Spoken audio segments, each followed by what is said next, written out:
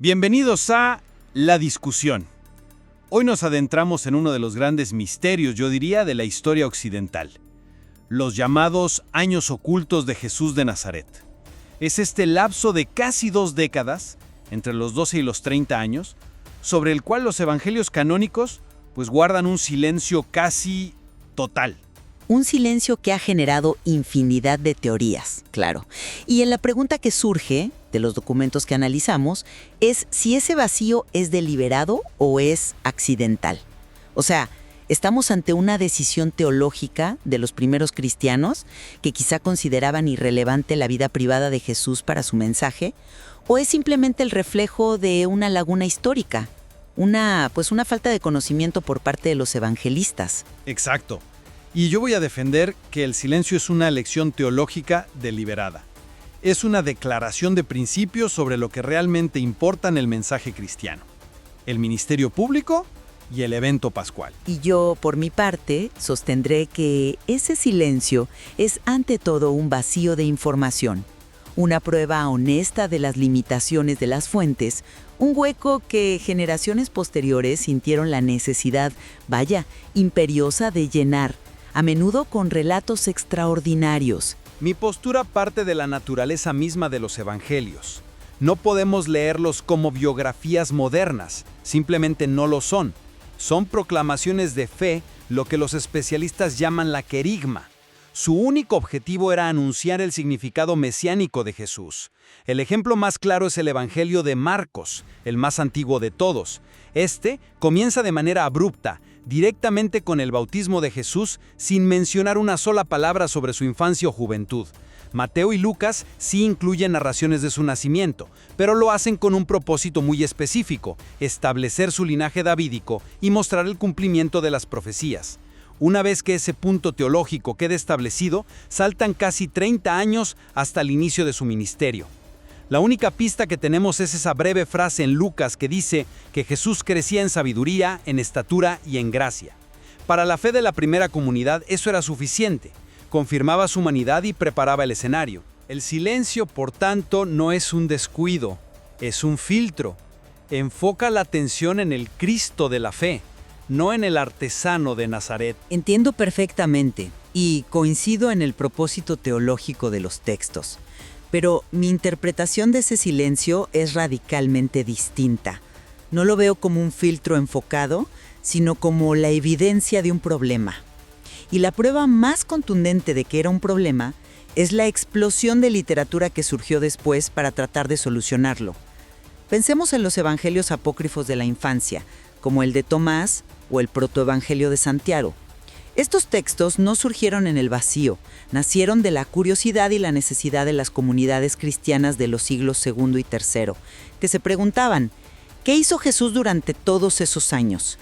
Los relatos que encontramos ahí, con un Jesús niño que hace milagros a veces caprichosos, a veces hasta crueles, nos demuestran que el silencio de los textos canónicos no era una respuesta satisfactoria para todos, era una pregunta abierta. Por eso me parece mucho más lógico y honesto con las fuentes pensar que los evangelistas, que escribieron décadas después de los hechos basándose en tradiciones orales, simplemente no tenían acceso a información fiable sobre esa etapa.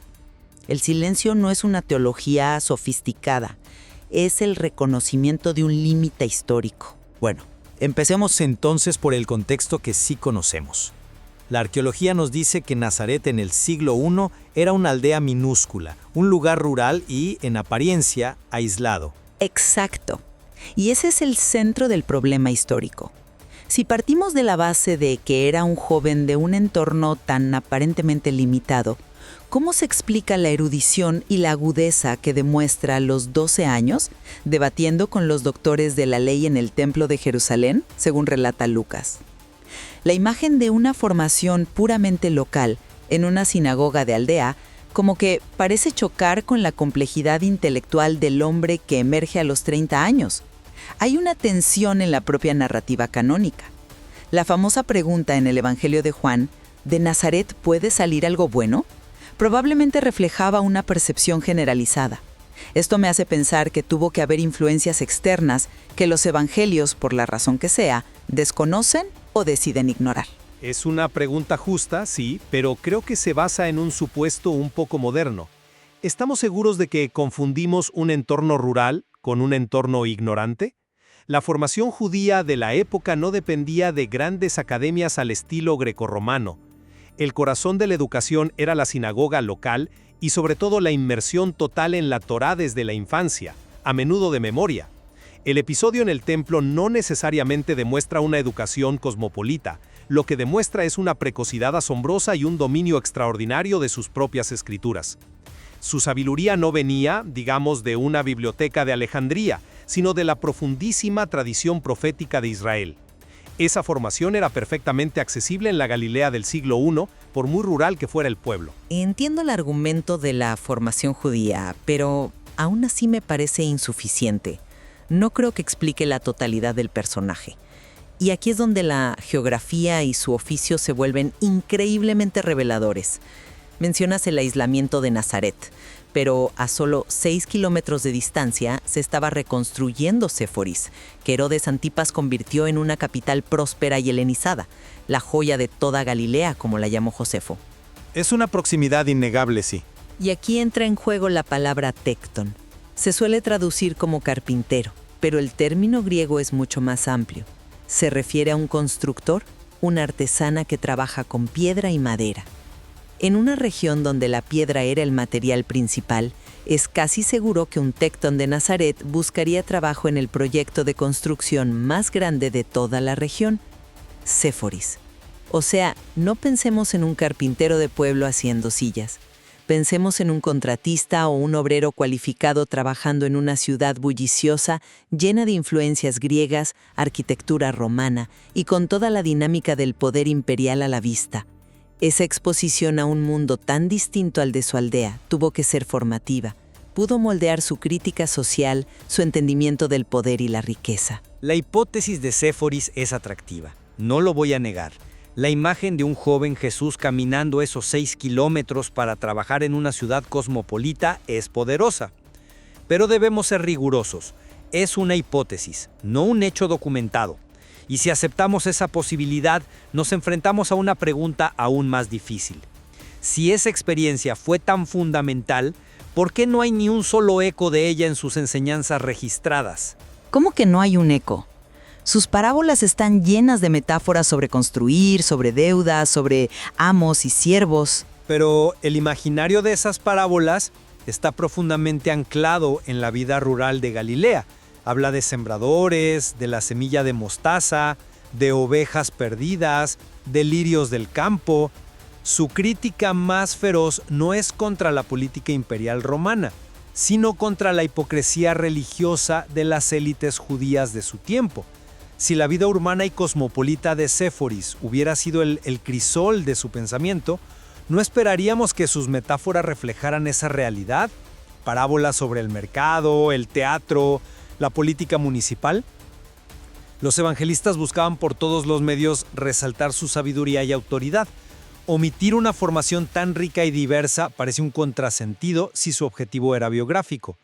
Me parece más coherente pensar que, aunque pudo haber tenido contacto con Séforis, el núcleo de su formación y de su mensaje siguió siendo su entorno judío y rural.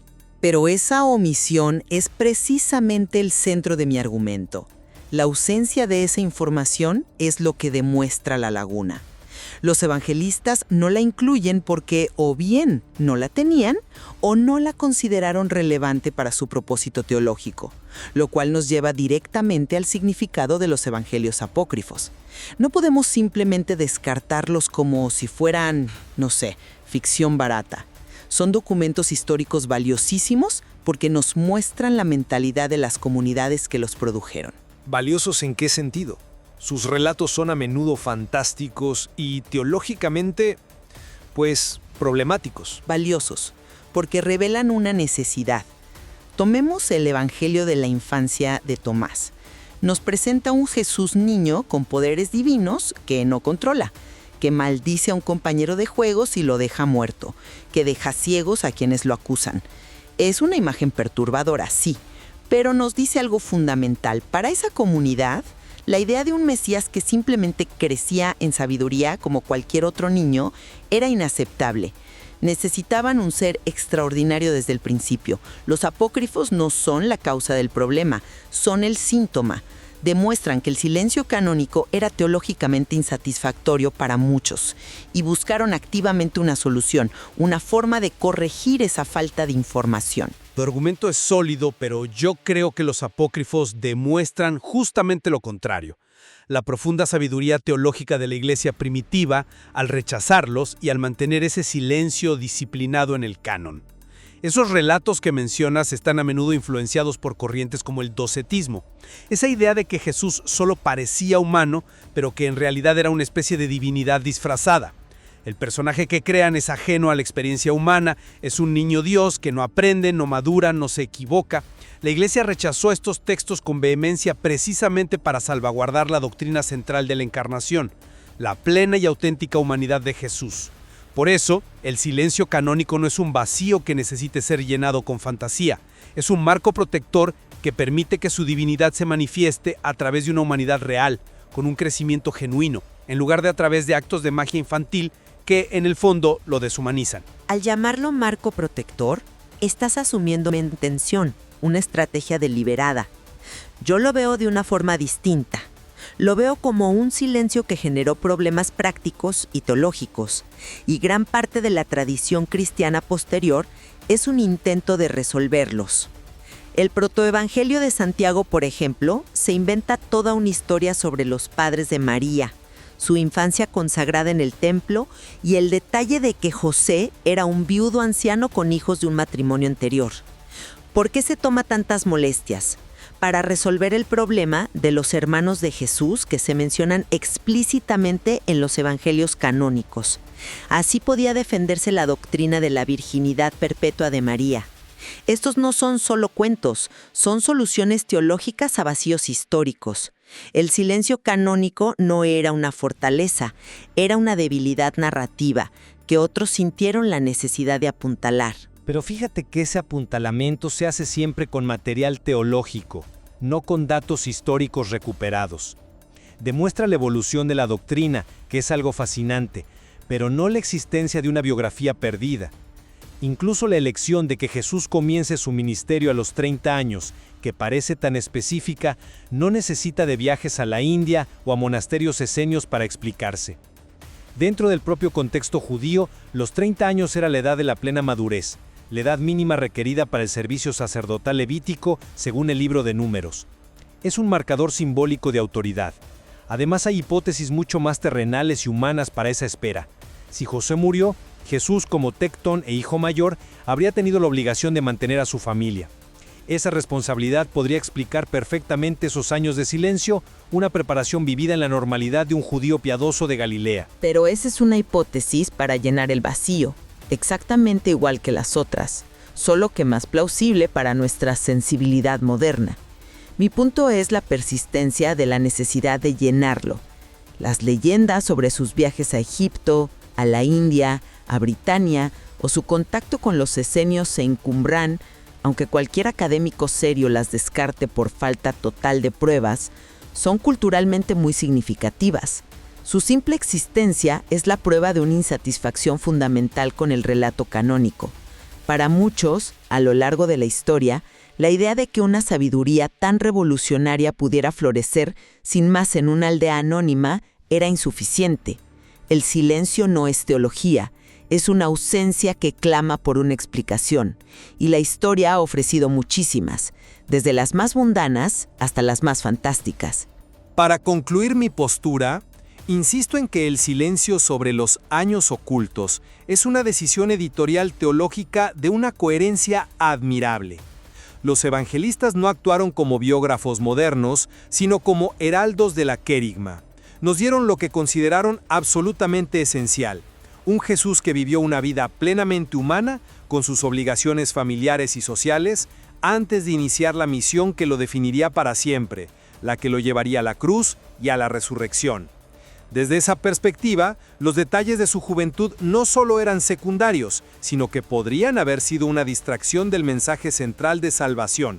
Por mi parte, reitero que si bien la teología es la lente indispensable para leer los evangelios, el silencio sobre estos años es tan profundo y la reacción histórica para llenarlo fue tan inmediata y tan creativa que la explicación más sencilla sigue siendo una falta de información. El contexto histórico de Galilea, con la influencia más que probable de una ciudad como Séforis y la complejidad real del oficio de Tecton, sugiere una historia formativa mucho más rica de la que nos cuentan los textos. Al final de cuentas, ese silencio es una ventana fascinante a las limitaciones de nuestras fuentes históricas. Al final, quizás la ausencia de datos sobre estos 18 años funciona como un espejo. Nos obliga a confrontar la naturaleza misma de estos documentos, a preguntarnos constantemente qué es teología, qué es historia y dónde se encuentra la frontera, a menudo borrosa, entre ambas. Y quizás, paradójicamente, es precisamente este vacío lo que ha permitido que la figura de Jesús se vuelva tan universal.